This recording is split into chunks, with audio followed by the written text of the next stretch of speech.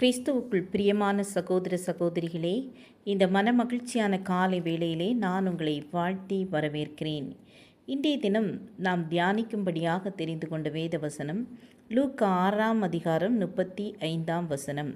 உங்கள் சத்துருக்களை சிநேகியுங்கள், நன்மை செய்யுங்கள், கைமாறு கருதாமல் கடன் கொடுங்கள், அப்பொழுது உங்கள் பலன் மிகுதியாயிருக்கும். உன்னதமானவருக்கு நீங்கள் பிள்ளைகளாயிருப்பீர்கள். அவர் நன்றியறியாதவர்களுக்கும் துரோகிகளுக்கும் நன்மை செய்கிறாரே. உங்கள் சத்துருக்களை சிநேகியுங்கள், கைமாறு கருதாமல் கடன் கொடுங்கள், நன்மை செய்யுங்கள் என்று இந்த வசனம் நமக்கு சொல்லுகிறது. பிறருக்கு நம்மால் முடிந்த நன்மைகளை நாம் செய்ய வேண்டும்.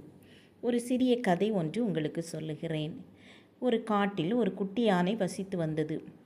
அது எல்லா இடமும் அலைந்து திரிந்து இலை தழைகளை சாப்பிட்டது. புதிதாக ஒரு இடத்துக்கு ஒரு நாள் கடந்து சென்றது. வெகு தூரம் போய்விட்டது. அதற்கு திரும்ப வருவதற்கு வழி தெரியவில்லை. உடனே கத்தி கூப்பாடு போட்டது. யாராவது எனக்கு உதவி செய்வீர்களா, எனக்கு வழி தெரியவில்லை என்று சொல்லி கத்தி கொண்டே இருந்தது. அப்பொழுது மிகவும் சிறிய ஒரு வண்ணத்து பூச்சி அதனிடம் பறந்து வந்து, யானை குட்டியாரே, உங்களுக்கு நான் உதவி செய்கிறேன், நான் உருவத்தில் சிறியதாக இருந்தாலும் நான் உங்களுக்கு உதவி செய்கிறேன் என்று சொல்லி அதனுடைய பழைய இடத்துக்கு அதை கூட்டிட்டு வந்து விட்டதாம். அதே போல நாமும் இந்த சிறியரில் ஒருவருக்கு எதை செய்தீர்களோ அதை எனக்கே செய்தீர்கள் என்று இயேசு கிறிஸ்து சொல்லியிருக்கிறாங்க. அப்போ ஏசப்பா சொன்னது போல நாம் என்ன செய்ய வேண்டும்? நம்மால் முடிந்த மட்டும் பிறருக்கு உதவி செய்ய வேண்டும். அப்படி செய்யும்போது நம்முடைய பலன் பரலோகத்தில் எப்படி இருக்குமாம்?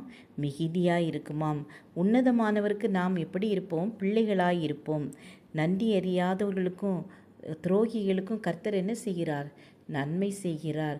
அவரை மறந்தவர்களுக்கு கூட அவர் நன்மை செய்கிறார். நாமும் அப்படிப்பட்டதான நன்மையை பிறருக்கு செய்ய தேவனிடத்தில் பலனை கேட்போம். ஜெபம் செய்வோமா? கிருபை இரக்கம் நிறைந்த கர்த்தாவே, பிறருக்கு உதவி செய்கிற ஒரு அன்பை எங்களுக்கு தாருங்கப்பா, ஒரு எண்ணத்தை எங்களுக்கு தாருங்கப்பா. ஒவ்வொரு நாளும் எங்களை அதிசயமாய் வழி நடத்துங்க. இயேசுவின் நாமத்தில் பிதாவே, ஆமேன் ஆமேன். God bless you.